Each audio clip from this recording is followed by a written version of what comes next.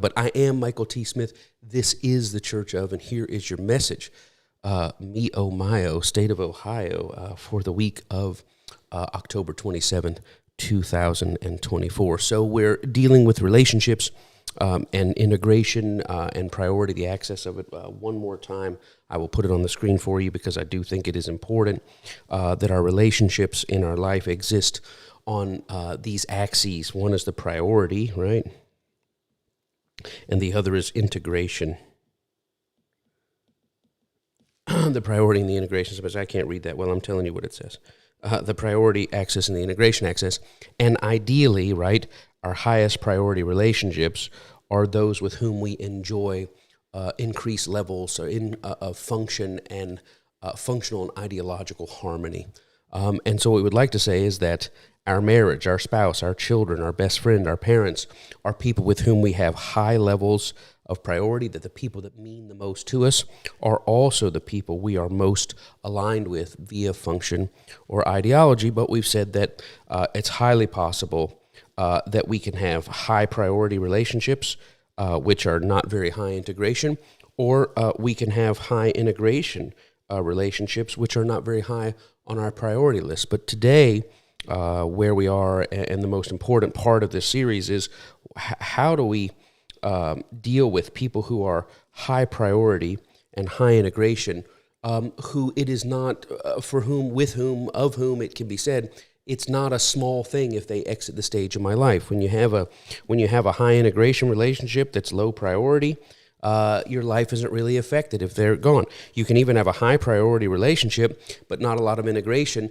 They could step out of your life functionally and ideologically, and it really the feeling of the earthquake, the earthquake, its registration on your life Richter scale would be less day to day felt. But there are these relationships that are high priority and high integration. And how do we deal with those when they are under attack, when they are under siege, when they are at risk of slipping away? How do we deal with that in the light of compartmentalization? So that's all the review. So here we go. Let's take it. And if you're new, that's where we've been. This is part 7 on TCO 26. So we're dealing with the idea, this Pauline edict of as much as lies in us, right? Romans, live peaceably with all men. As much as lies within you. I would say that as much as it lies within you in the King James, maybe it could be interpreted as far as it depends on you. As far as the ball's in your court, live peaceably with all men. I like that idea. There's another way to think of that, which is by the strength or according to the strength within you, and you can have strength lowercase s or capital S, meaning he's dealing with religious differences in the context of the scripture, but it could have myriad applications.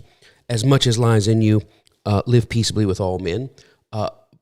As far as it depends on you, let the peace be coming from you. There may be conflict, but it's not coming from my side or my position. People may be at war, but it's not me at a war.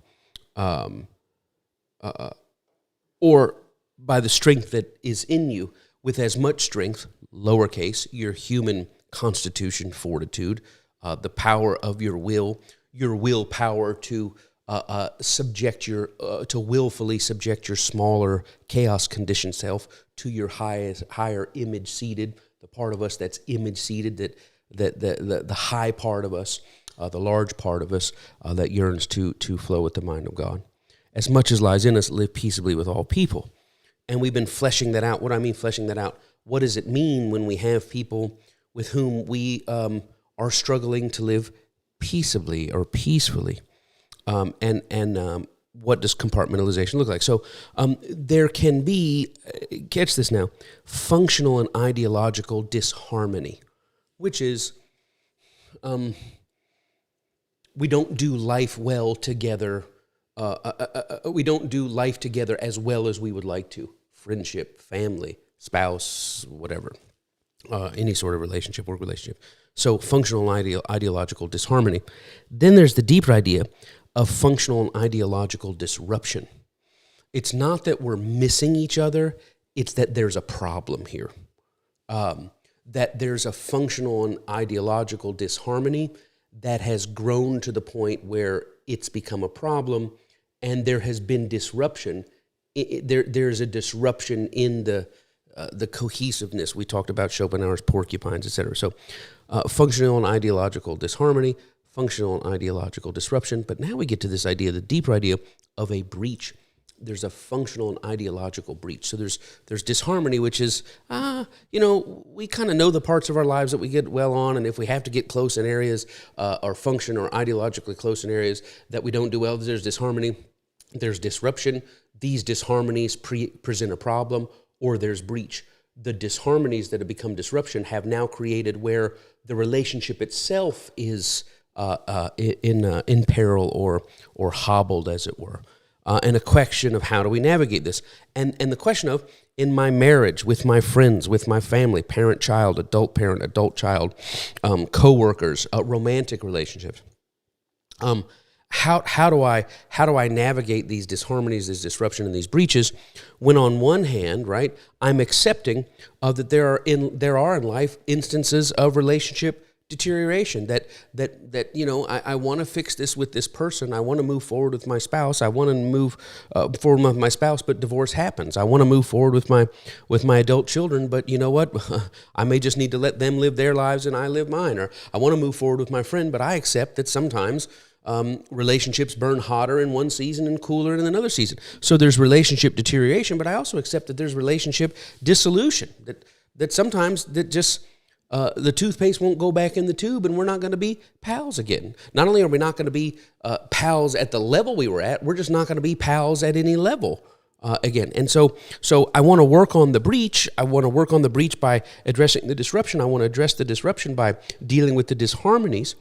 I want to do that, but how do I do that while I'm at one hand accepting, this may not work, and sometimes the may not work has a why that we can't put our finger on.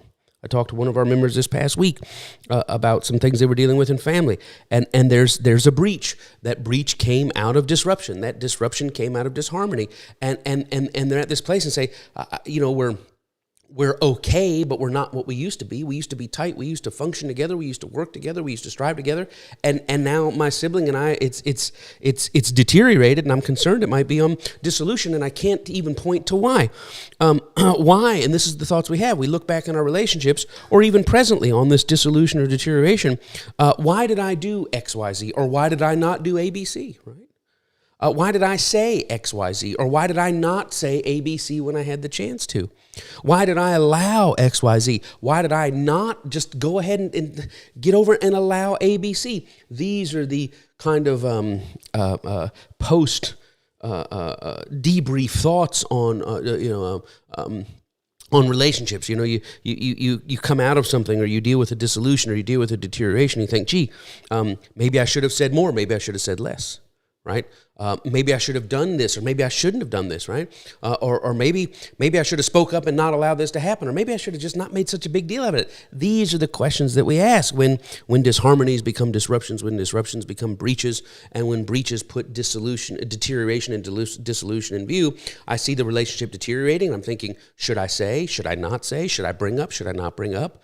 Should I try to draw close, or should I fall back? I mean, this is the complexity of human being.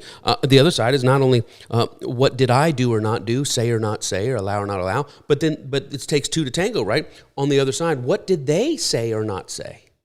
What did they do or not do? What did they allow or not allow? And sometimes the why of a relationship, you can look back at it and say, well, I'll tell you why it broke down. They did this. Or I'll tell you what broke down when I didn't do this. Or I'll tell you what broke down when they said this, or when I needed to hear this and they didn't say it. Or,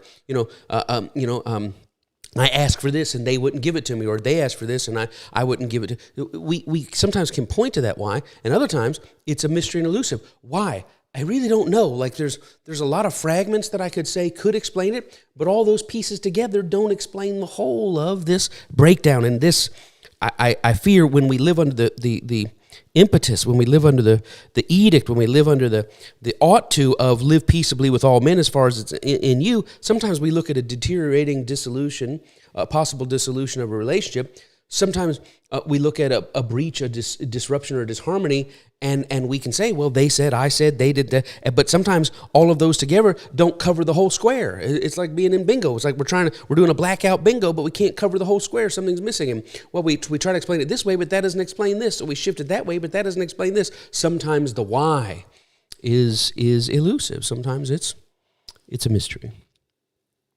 So we're trying to work through breaches. Maybe you're not at the breach level. You're at a disruption level. Maybe you're not at a disruption level, but you're at a disharmony level, and you find out, wow, there's a lot of closeness we're missing out on because of these disharmonies. And I accept that sometimes all the king's horses and all the king's men won't be able to put Humpty Dumpty back together again. But there's also, on the other hand, right, this wanting and yearning. This wanting and yearning within us that seeks to work on, right? That seeks to maintain. That if I have people in my life, especially people high priority, and that's what we're talking about here. We're not talking about a coworker that left, or we're not talking about, my elementary school best friend. We went to middle school and I thought it was the end of the world, but by the third week of middle school, I had a new bestie. We're talking about people whose presence and absence make a difference in our lives. How do I try to address the breaches, disruptions, and disharmonies, while also bracing myself for sometimes things don't get fixed, and yet there's something within me that yearns, that wants to work on, that wants to maintain what I have, or maybe not maintain the relationship that I have. There's a part of me that wants to restore something that we had, or maybe there's a part of me that wants to enlarge. I think about marriage. I think about with my children, right? With my children, I would say, I have one adult child and one very near adult child, emerging adult child, certainly. And I'm thinking about the adult children years, and I want to maintain what I have. But I don't just want to maintain. I want to restore where me being me sometimes may be, like I said, I'm sometimes the St. Bernardi type person that I try to be helpful, and sometimes I'm not helpful. And I think, oh my gosh, aren't you glad I pulled you out of the snow? And they're like, yeah, but you tore my favorite scarf when you did it. Why? I thought you were in danger. No, I was just trying to make an angel, and you pounced on me. Sometimes I'm just clumsy.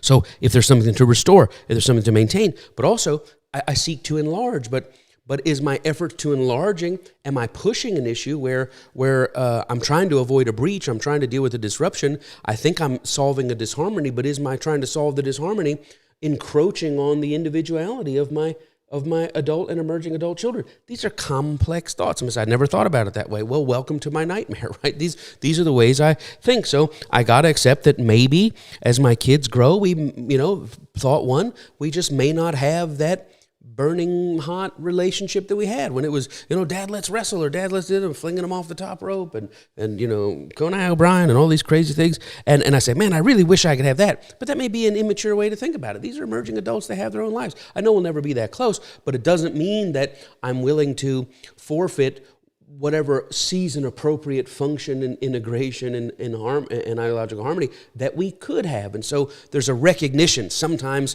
people float in and out of our lives, but high-priority people, we grieve over that. There's a yearning to not let that happen. But what does that look like, and what if my vision of that is not possible entirely, or what if their vision of that is not compatible with my vision? And of course, you can extrapolate that out to parents, children, grandchildren, and blah blah blah. So last week we talked about religious and spiritual divides. We won't get into that too much, but today I want to concentrate on compartmentalization and managing these disharmonies, disruptions, breaches in the context of, like I said, children and parents. Family and friends. There's childhood hurt sometimes. There's family close and far, right? Immediate family and distant family. Or is it distant family, immediate family, and what's the opposite of immediate family? Extended. Thank you.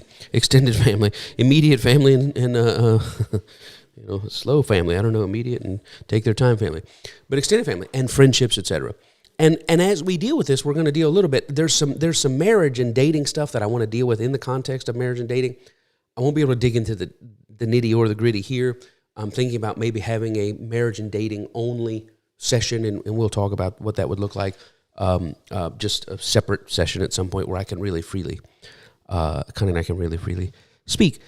But as we talk about this, we're not going to get entirely to the marriage and dating. But everything I'm saying in the front end of it is 100% applicable to that And I want marriage and dating people, romantic relationship people, to be thinking, as they're hearing what I'm saying about parents, children, friends, coworkers, immediate extended family, be thinking, it's kind of like when you get you become a member of something. You're a blue member, a silver member, a gold member, whatever. And you say, what do I get for a blue membership? Well, for $9.99, you get all these things. What about silver? You get everything you get in blue and also this. Well, what about the bronze membership? Well, or the gold membership. You're going to get everything in blue and silver plus this. So as I talk about the blue and silver, don't say, well, when are you going to talk about the gold?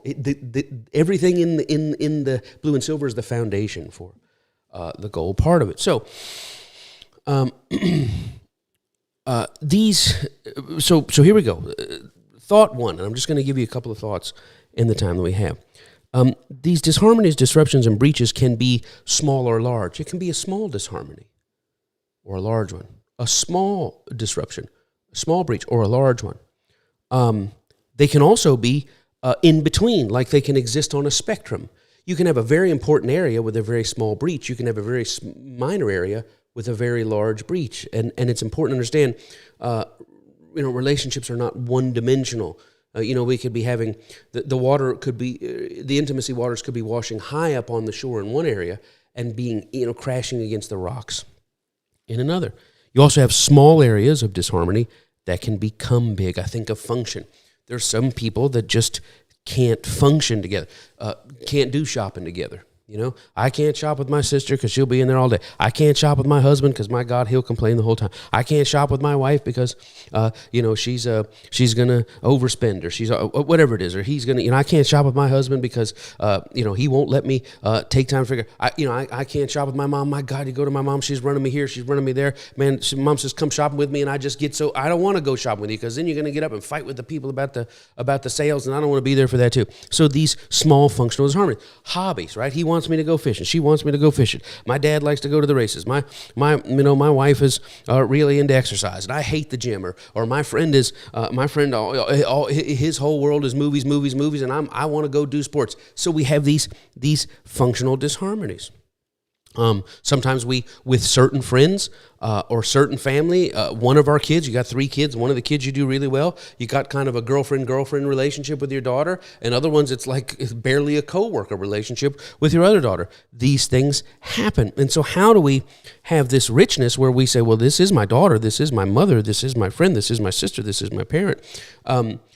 How do we say, and in these areas we function very well, but there are areas of disharmony and disruption. How do we compartmentalize those to maintain the mutual joy and benefit?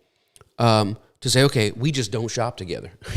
That's compartmentalization. We just don't go to concerts together. We just don't go to movies. We just don't go out to eat together. Why? Because they're trying to find the most exotic, spicy thing possible, and I just want my nugs and my fries, right? And so what do? We compartmentalize because we just know that I could take Fred shopping with me, or I could take Fran shopping with me. It's going to be a nightmare. Well, I like to spend time together. Yeah, not this time. Why? Because this time is not going to deposit into our relational account or intimacy account. It's going to debit, right?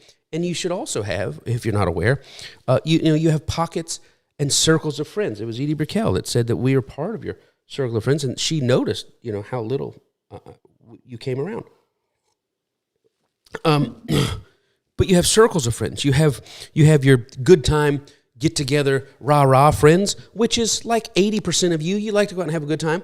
But then there's another 80% of you, a different 80% of you, that's like chill and philosophical and discussion friends. You have your concert friends and your film friends. You have your comedy friends and your sports friends. You have your holiday friends and your everyday friends. And that doesn't make you a bad person. It just means that you've learned to compartmentalize parts of your life, shut off this door and this door so these 8 doors can be thriving. And then in my other relationships, I shut off this door and this door so that these 8 friends can be thriving. And to have a person, again, the preciousness of a person who you truly or in increasing hierarchies of thriving, right? With whom with whom over the years you've throve for a very long time. That is a gift, but we ought not miss out on other gifts by just saying, you know what, we don't talk about religion with these type of friends. Or I've got some friends who are absolute besties, and when we go at work and we hang out, they're my great lunch friends. When they say, hey, we should go hang out on a Saturday, I know it's going to be a drunken party, and I don't do the drunken party scene. Compartmentalization, right? You may have one kid that kids that you play really great games with. You may have another part of your family never play a game with them because it's always going to end up, say your prayers, right? It's always going to end up with somebody threatening and a board getting flipped. We don't even like to play games with him anymore. But you don't kick Johnny out of the family. You just compartmentalize that thing. The Princess Frostine. Olivia, my daughter, we used to play Candyland. I don't know, have I reached a statute of limitations on this statute of limitations? I don't know. When we would play, she would be like 3 years old and we'd play Candyland. And when you're drawing the card out and you got I'm trying to think of the old guy that you would get and the King, whatever it is, King Can, whatever it is, I don't know. But the card, if you pick Princess Frostine and she didn't get Princess Frostine, my God, I heard Dennis Miller say, he said, I'm telling you, he said, this guy's got more ticks than a Belfast parking valet, which is a really great late 80s joke. But I felt like I would, every time I would pick up a card, I would do so trembling. Please, God, don't let me get Princess Frostine, because if I do, Olivia's going to, I don't want to play anymore. I mean, this was rough. I mean, I started like distracting her. When I lifted up and saw it was Princess Frostine, I'd be like, Olivia, is that your doll over there? And I would switch it out, trembling. Well, hopefully, thankfully, we've worked through it. We have a great gameplay relationship now, partially because Connie and I always lose to our children. But the point is, how do you manage? How do you compartmentalize? And it may be maybe not. We're never playing games again. But what are the safe spaces for us?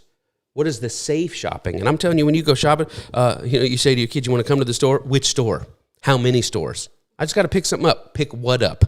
Why? Because you're not dragging me on your all day. Dad and I are going to go out. We're going to go to pick up something from Target. Yeah, and what other 9 stops you're making? Why? I don't want to lose my whole afternoon. And guess what? Your parents don't want to bring you along because it's misery. I mean, so we're all compartmentalizing here. Why? For the sake of why? As much, it's what I would call maximized thriving. So you understand this. There's ideological things. We should always make room for the possibility that new behaviors and patterns are possible, that maybe we can enjoy a baseball game together. Maybe we can enjoy a football game together. Maybe we can enjoy fishing together. Maybe we can enjoy shopping together. Maybe we can enjoy yard work together. Maybe we can enjoy a movie together. You always have to make room for it, but sometimes you just have to accept there's a disharmony here, and it's better for us to wall this part of our relationship off for the sake of the whole, and that's okay, because sometimes those things. But there's TV and entertainment. There's sports. There's ideas of frivolity. Some people just can't sit and relax. I'll tell you a big one, disharmony on vacations. You have certain people that you want a vacation. They go, and they're going to see everything there is to see in that city, and they're going to go. And then there are other people that go to vacation and say, I'm not leaving the pool for 5 days straight. And those disharmonies, and there's fights. I thought we were going to go here. I just want to relax. But don't you want to see the world's largest ball of mud? No, I really don't want to see it. Well, my God, why do we come all the way out to Nebraska if we're not going to see it? Because I wanted the time away. I thought we were spending time together, but our idea of time together is 2 different times together. How do you just compartmentalize? How do you get to the place of accepting, maybe, look, I'll go 10% to your ball of mud, but I'm not going to go to your ball of mud, your ball of wax, the largest peanut, and the biggest tennis shoe. I'm not going to do all that because then I don't get the vacation I want. Well, I'm not going to sit here by the pool when I could just sit by a pool at the Holiday Inn by the house. How do you work through the disharmony so that they don't become a disruption, so that those disruptions don't become a breach? And you do it through compartmentalization. Now there's more difficult things. Finance management. These are 2 different, this is, function and ideology. The ideology driving the function, right? Functionality. The discipline of kids, the importance of grades. Differences on dating and makeup. Grandma thinks they should have makeup at 6 years old, and that there's nothing wrong with a mini skirt as long as there's a thong underneath. And mom is like, you're not dressing my child like a 60s go-go dancer. Skirt length, right? There's big fights over bathing suits. My God, in our circles, we have some very non-church circles that we run in and some very church circles that we run in. And man, every pool party comes with this bathing suit disclaimer. 1-piece bathing suits only, 1-piece bathing suits only. And kids, students, I only have 2-piece bathing suits and I can't do this. And I shouldn't have to buy a new bathing suit just to come to the school party and blah, blah, blah. And Olivia was going through this, a couple years ago. And she was like, well, they say 1-piece only, but all I got are 2-piece bathing suits. I said, just ask them which piece they want you to wear.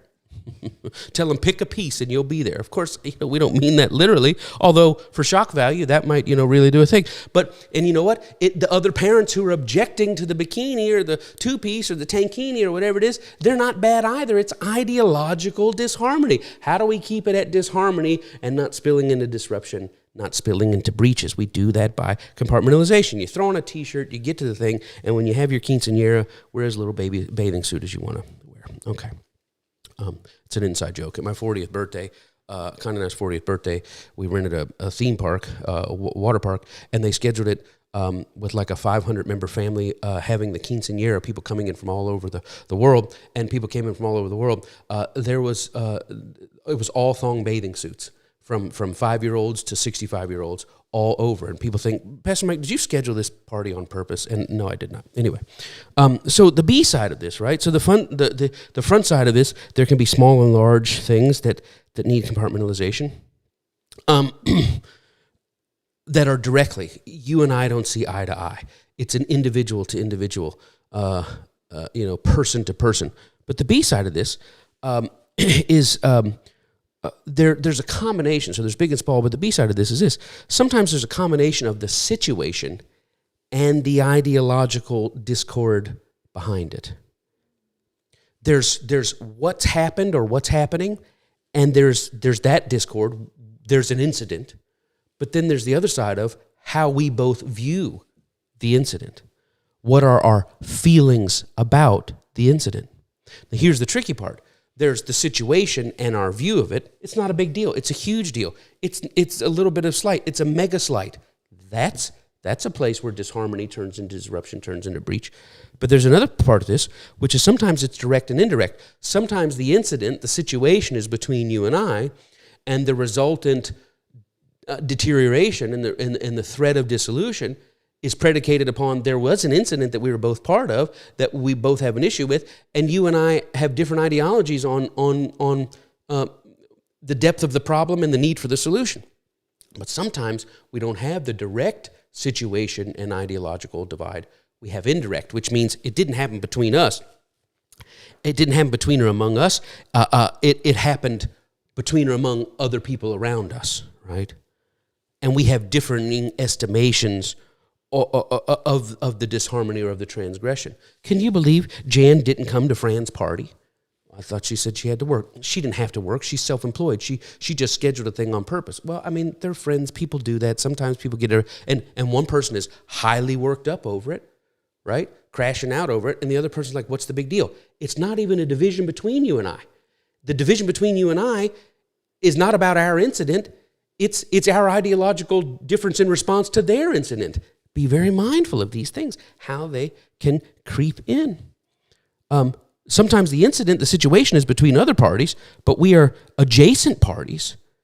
And now there's pressure on us for our response, the urgency or lack of urgency of our response to the relationship. And friend groups, coworker groups, families, they break ranks. Right? The 5 of us are in agreement that what Timmy did here was wrong. But you might join Timmy's side, not because you agree with Timmy, but because you know the 5 of them are always ganging up on people. So I'm taking Timmy's side. You're not even in the incident. You're in a past schism taking sides. People break ranks. People assign weight to various complexities differently. Fine. Okay, so fine. So Timmy showed up drunk at the party, which is wrong. I agree that that's wrong. Honestly, though, Fred stole money from the family account. So if Fred can be there sober after having stole, then Timmy can be there a little bit drunk. Yeah, well, you say that, but Fred stole 7 years ago and he said he was sorry. Well, give Timmy the same 7 years and maybe he'll be sorry too, but I don't think we should kick him out. It's not even us that's going at it. It's us going at it over the incident. We're going at it over our response to the incident. I'll tell you this, divorce comes to mind. Family divorce is terrible, very difficult, immediate and extended. I can't think of the song. There's a country song. And Olivia, I know I always put the people to my left, to your right on the spot here. Do you remember the song about the dating thing and it was like, it's not just my heart you're breaking. Like the girl was like saying, more hearts than mine. Yeah, more hearts than mine. I thank you for that. It's $100 for you, 100 points to you. Scenes from a hat. You break, more hearts than mine, which means when you and I break up, Larry and Carrie, when Larry and Carrie break up, Larry, my family loved you as well, right? So now you've got, on one thing you think, well, I only got one dog in this fight, and it's my people. But sometimes human relationships are more complicated than that because you're apprising the incident. Okay, this is my daughter, but also she was kind of in the wrong here. Mom, how can you say that? It's your daughter. You always take your daughter's side. I know what the book says, but I'm also a complex person, and situations are also complex. And yeah, I know that's totally my daughter. That's totally my son. That's my son forever. But what he did to my daughter-in-law was wrong. Those are complex things to deal with. Divorce among family, divorce among friends. We're a group of friends. The 10 of us, we're 5 couples, we're always together. And then couple number 4 gets a divorce, and that creates this thing. And it's not, we're not divorced, we're still together, but how we take the side. The incident is over here, but the response and the approach to it is in our circle. The acrimony of matrimony under siege. Truth that gets lost in a swirling storm of hurt and ego. Who even knows what was what? Things you didn't even know get brought up, and things get edited. But I knew that, and you're caught up in it, and it's more addicting than a soap, and more real than your own, is as real as your own existence. Your heart is caught up. There's the unexpected fallout, right? Acrimony of matrimony under siege, truth lost in a swirling storm of hurt and ego, the unexpected fallout, lines are drawn, sides are taken, blame is assigned, exculpation is freely released, and now you find long-term connections begin to fall by the wayside. Well, we were a group, and now we were 5 couples, and now that we're 4 couples, and now do we choose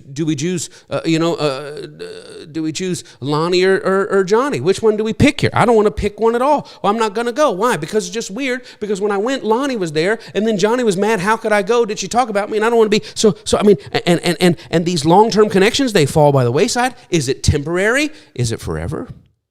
New bonds are now starting to forge where you were never really close to Johnny, but now that everything went down and you're not hanging out with the group anymore and your wife is taking Bonnie's side, you don't think it's fair because you saw your brother get ganged up on like that. You're not even responding to what Johnny did. You're responding to something you're trying to write in the universe from X years ago. So now you're out while the group's going out and they're comforting Lonnie and your wife's over there comforting Lonnie. You're kicking it, having wings with Johnny, and now you think, man, Johnny's a really good dude. I think I like Johnny more than Fred. Now new forms bonds are being forged. Will they endure? I don't know. I remember my grandmother, one of my uncles, went through a divorce, and it was very terrible. It was very emotional. But I remember my grandmother making a statement saying, well, I'm concerned about the kids. And she meant the grandkids. I'm concerned about the grandkids. I don't think they should divorce. And I remember my other aunts and uncles going, Mom, what is wrong with you? This has happened to so-and-so. He's this, he's a good, and da-da-da. And how are you going to take her side? She said, I'm not taking her side. You think he should forgive? You think he should forgive and go back, da-da-da? And Grandma was saying, I'm just saying there's little kids here that are at stake. And I mean, I just remember her getting crucified, just slam. How dare you do that? How dare you do that? How dare you betray your own son? Betray my own son? I remember my grandma going, I'm not betraying my own son. I'm just thinking about 2 little kids. Sometimes you put your hurt feelings aside for the kids. These are ugly, painful things. And it's a breach, and then the ancillary, incidental breaches that come out of it. And how do we come together? How do we establish topics that are off thing? Or how do we say, look, we're going to get through this and table that? These are what we're trying to work on. You find yourself drug into things. I love both parties, and it could be a divorce or a work thing or whatever. Can you believe he fired me? Can you believe he fired me? And you're friends with the owner of the company, but you're also friends with the person that got fired. Like, how can you? Well, you can't love both. You got to pick one. That's not true. I can love both, but sometimes you get drug into, and sometimes when you feel like you're being drug into, you just fall back. I don't want to be involved in any of it. So now there's collateral loss, and that's a big thing, right? Remember the wheats and tares? Got to watch my time. Remember the parable of the wheats and tares? He says, man, there's some wheat out here. Somebody sown some tares among there. Let's go pluck up all the tares. And what did Jesus say? Be careful plucking up the tares, because you could actually pluck up wheat, unintentionally, right? There's no winners. There's no losers. It's all losers, right? But yet these breaches, these dissolutions, these deteriorations, they're a fact of life. Okay, let's go another few minutes. Are you out there? I don't even know if you're out there, but it doesn't even matter. I want to begin here borrowing the phrase, and I don't know I don't know if I'm borrowing the phrase or if I'm using a phrase that was borrowed, doesn't matter. But I want to talk here about, begin with an idea of deep work. And I don't mean that in the Newportonian type of sense of deep work, but rather in the Jeremiah-ian sense, the Jeremiacal sense. So Jeremiah, I think it's Jeremiah 8. It's actually said in the Bible a couple different times, a couple different ways in the Hebrew Scriptures. But the Scripture that says, don't say peace, peace when there is no peace. And that's an interesting thing, right? Don't give me well wishes of peace when we're not at peace. That's one interpretation. But one of the versions that I like, several versions lead to this, is when there's a deep wound requiring deep work, don't put a Band-Aid on it, right?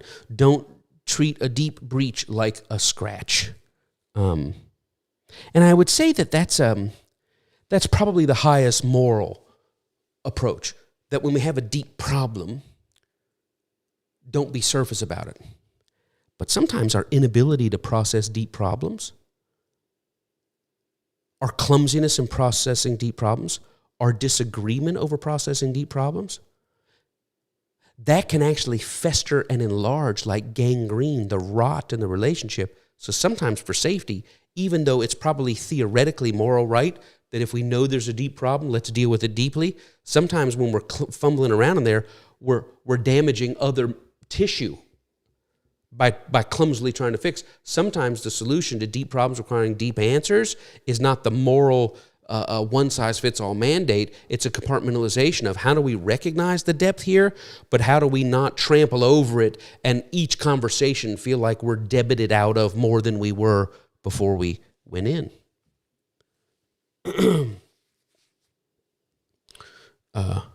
The King James, I think, says they have healed my people lightly, right? I like that. They have healed my people lightly. Connie was chopping bread. There's a lady I know, and if I didn't know her, she'd be the lady I didn't know, but she was chopping bread, and I hear this yelp, and I typically know there's often a yelp from downstairs, from the kitchen.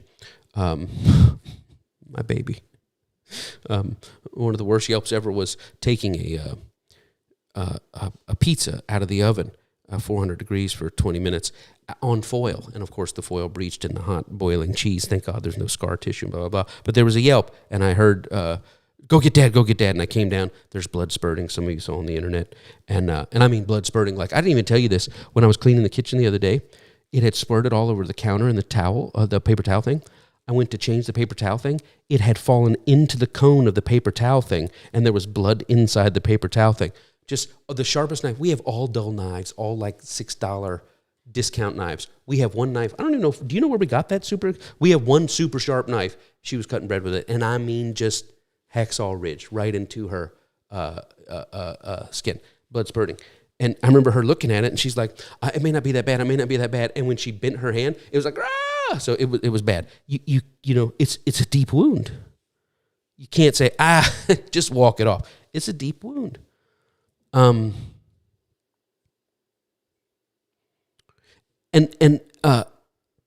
sometimes the breach that we have in the need for deep work is because there's a deep wound, there's a legitimate transgression, and that deep breach within us screams for a family breach, a childhood breach, an adult breach. And I think sometimes we think, parents, and this is a difficult thing, and I don't want to turn this into some crazy thing, but it's a difficult thing because, sometimes children say, look, this is how you hurt me.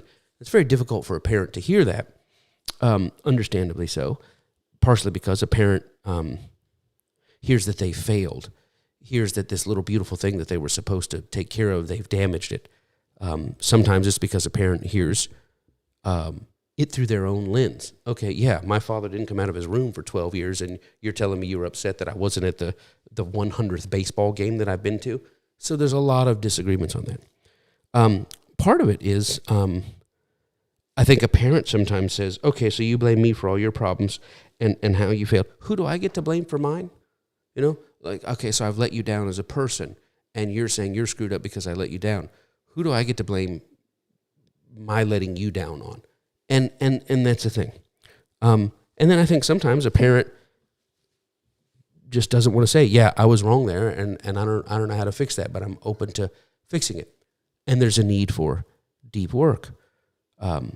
because there's legitimate transgression. But sometimes our craving for connection is not based on a deep hurt or a deep wound. It's a deep itch, and a deep itch is something different. Sometimes we have a deep itch for resolution, not because we've been wounded, but because it's an affront to our ego. Or we have a deep itch because there's a curious craving in our connector bone. You know, the leg bones, the foot bone's connected to the leg bone's connected to the hip bone. We have a connector bone, and that our connector bone can sometimes misinterpret inattention as harm. I think Kenobi has connector bone issues, right? That if we're talking about anything other than him, you should see me when he jumps on my lap and I pet him and I pet him and I scratch him and I pet him. When I stop petting him, he immediately, I was like, don't stop that. Inattention, you've just insulted me. It's like inattention in our connector bone, in our ego, can be misinterpreted as harm. Or sometimes we have a deep itch inside our soul because festering conversationally over this itch is often a stand-in for a tangential or side matters. Like there's a deep work thing that's needed here, but I'm gonna pick this scab because at least I feel like we're connecting. That's a major thing. Sometimes neglect in one area has created a new issue on its own, and but we can't touch the deep issue, so we're going to stay up here at this surface issue, which is not really anything you've done wrong. It's just something I want to talk about because my connector bone sometimes interprets inattention as harm and dismissal. So I want to and it's like sometimes we press the issue. Let me move forward. In a perfect world, this is my last point. I'm about halfway done. In a perfect world, you and your relationship mirror. So you and I have a situation, and we should be able to resolve that situation because we see it the same. Or you and I don't have a situation. You and I have a situation arising out of somebody else's situation. In a perfect world, your relationship mirror, right? What is it? Colonel Markinson, right? The mirror, right? The person opposite you. In a perfect world, you and your mirror would have the complementing skill. The complementary skill, interest, priority, and perspective on the issue. In a perfect world, I see it as deep, you see it as deep. I see a priority, you see a priority. I have the skill to go deep, you have the skill to go deep. I have the perspective that you have. In a perfect world, we could hash out the disharmony to keep it from getting to a disruption, to keep it from getting to a breach, to keep it from threatening dissolution or deterioration or dissolution. We would recognize it, arrest it. I would bring my skill, which complements your skill. And what I mean by complementary, because the skills are not always equal in the relationships. Somebody is the talker, somebody's the listener, somebody's the explainer, somebody's the few words but uses every one of them. Some of us are exo-emotive, some of us are endo-emotive, right? That some of us are yelling, blah, blah, blah, blah, and they seem like the only one of emotion. The silent treatment person is just as emotive as the loud person. And so it's not that we have the same skills, it's that our skills complement. That one person is deep and reflective and the other person paints a picture, and one person's a cheerleader and the other person's a realist. But in a perfect world, our skills would complement each other. Our priority, our emphasis, our interest, our perspective on the issue would complement each other.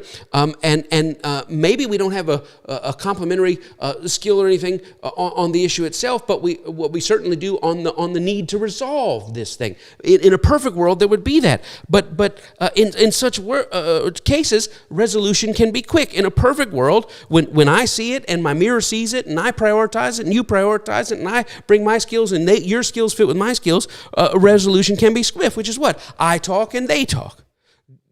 They talk and I talk. They talk and I talk, right? And guess what? As I talk and they talk, or as I talk and you talk, God speaks. Or maybe another way we say light arises, or another way wisdom arises. And this third rail is what's most powerful, because when your relationship mirror sees it's important and brings their skills, and their skills match your skills, and their priority matches your priority, and their interest matches and your perspective comes at this, and you can see it that way, the more we do that, the more we churn, eventually light arises, God speaks, wisdom arises, and the third rail of God's lightning strike is more powerful than all the conversation in the world. The conversation is kind of the human work, the human striving to hopefully reach illumination. Because in these relationship things where we're trying to maintain an integration, or we're trying to restore an integration, or we're trying to enlarge an integration, our job, and I've got to stop, our job is often the churning. What is the churning? I'm just here to talk and retalk. I'm here to state and restate. I'm here to hear and rehear. To listen and listen. I am posturing myself with my relationship mirror.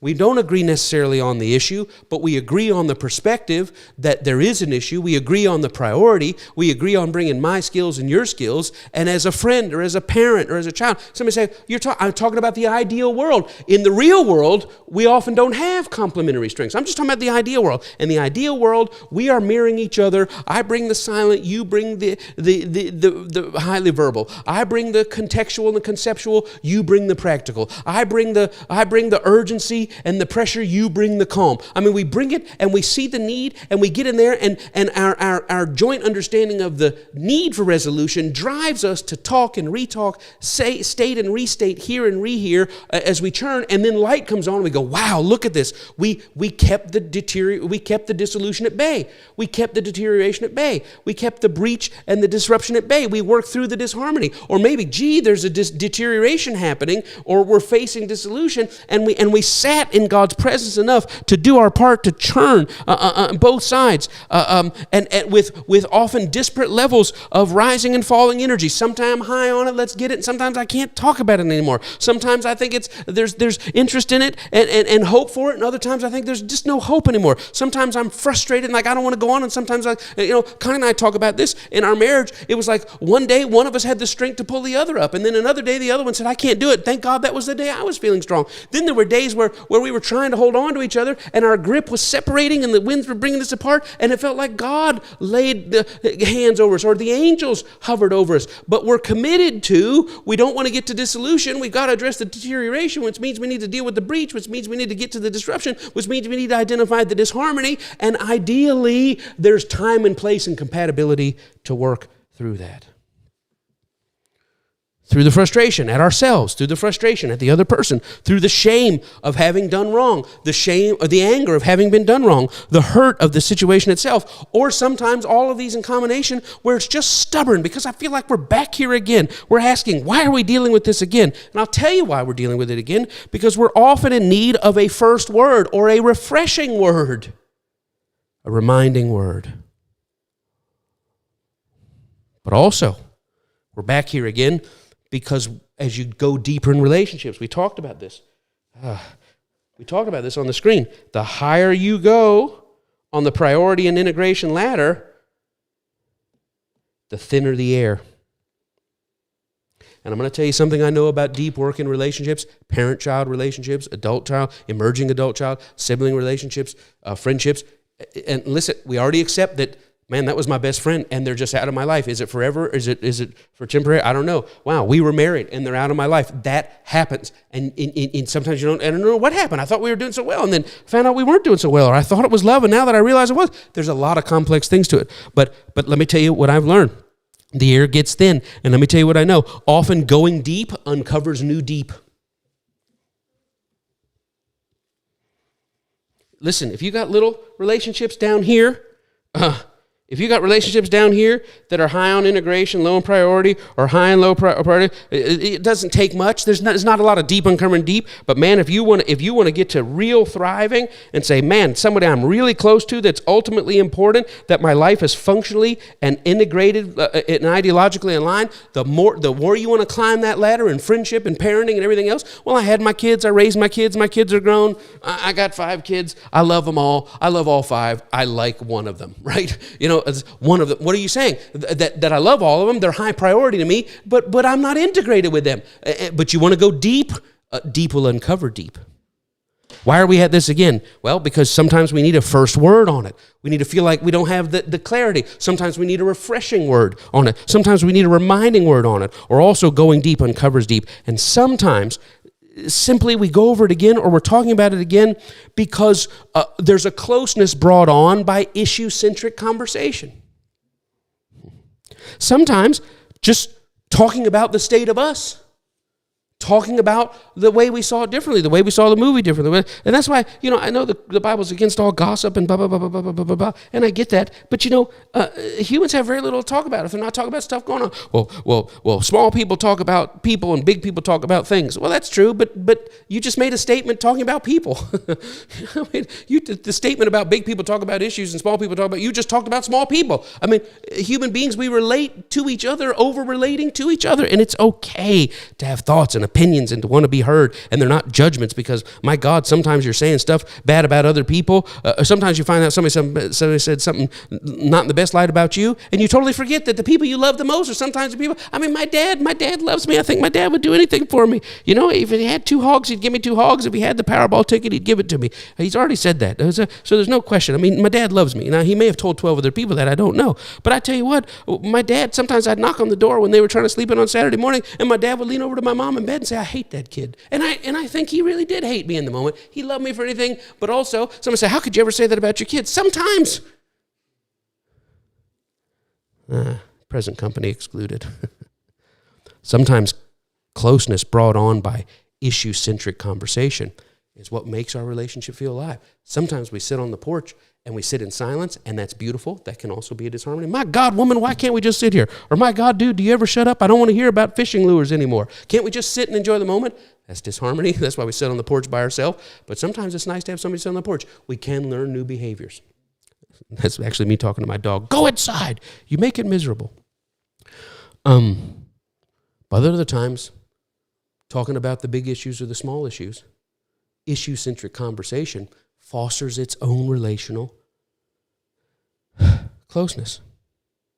And at the same time, sometimes talking about issues the same issue over and over again, can make us feel like our relationship is dying. And here comes the need. What? In the perfect world, we would have a mirror that went through it with us. But we live in the real world, where sometimes digging deep doesn't draw us closer. Sometimes digging deep agitates the divide. But never forget,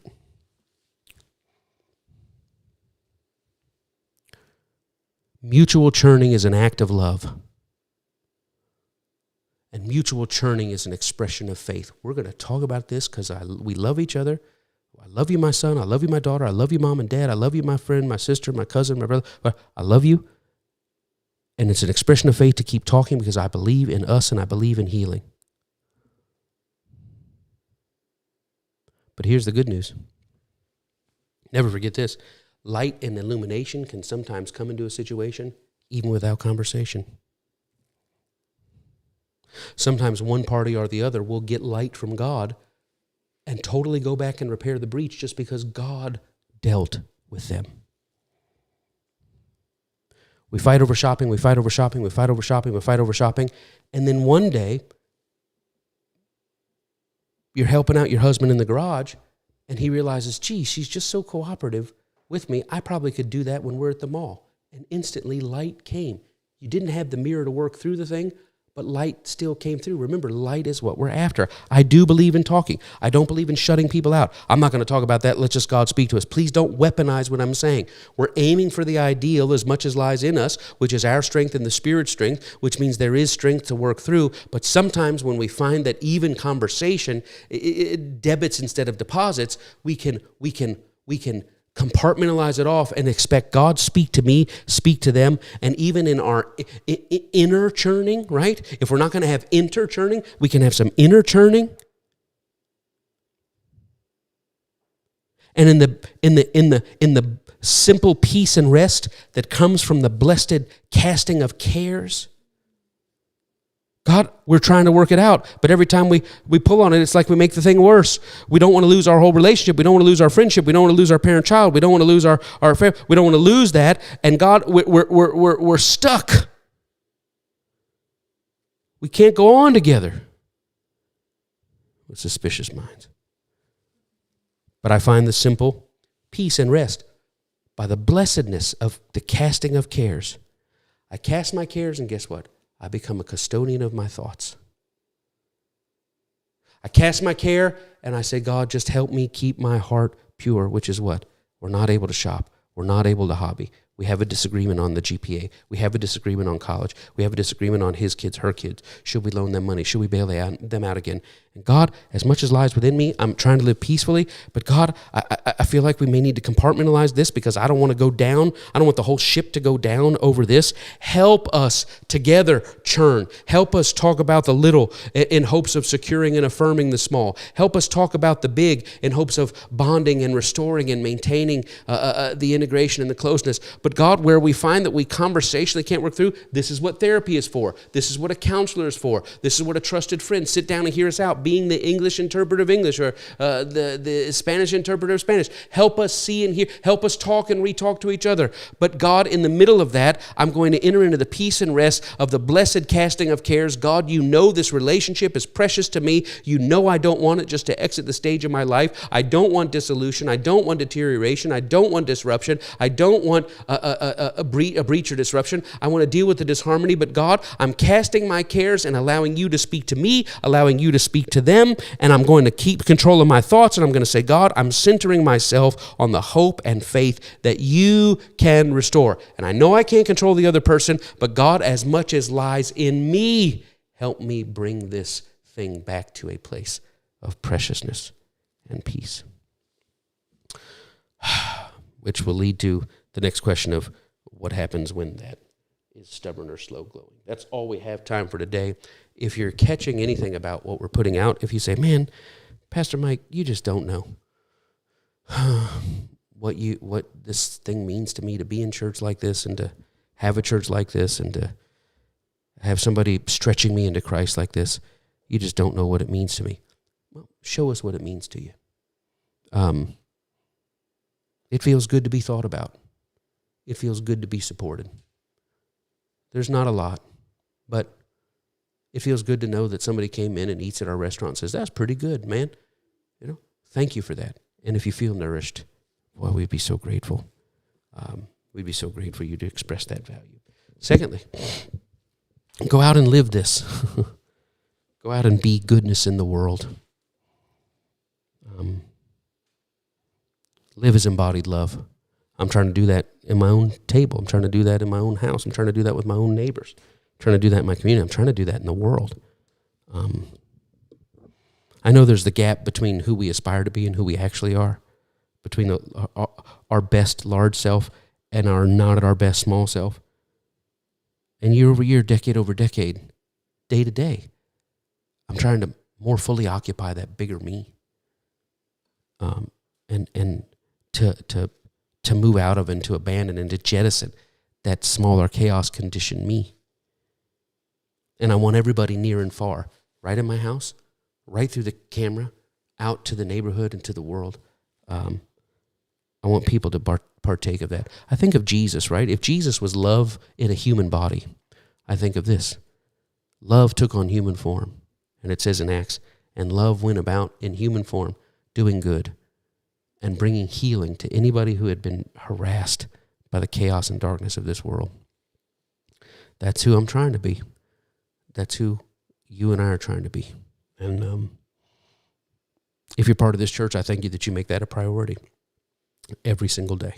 Not, God, how do I win a soul to get him out of hell? How do I help somebody get out of hell before you get a hold of him in the afterlife? False religion. What's true religion? God, out of the love I sense from you, I want to be the body of Christ. I want to be the ongoing embodiment of love in this world. God, like Babby Mason said, show me how to love in the true meaning of the word. I want to do that. So thank you. As part of TCO, it means that's what this church is about. All right, that's it. Peace, health, protection, preservation, soundness, abundance, favor, prosperity, love, light, arise, peace in, around, and upon in every way. Connie and I declare it. We pray for you every day. In Jesus' name. Make it a great week. I'll see you back. This is 26. Can you believe it? Half a year. Wow. Our church is half a year old. It's our happy birthday. Sing happy birthday, happy birthday, happy birthday, happy birthday. We'll sing the rest in 26 weeks. God bless you. Make it a great week. You are loved.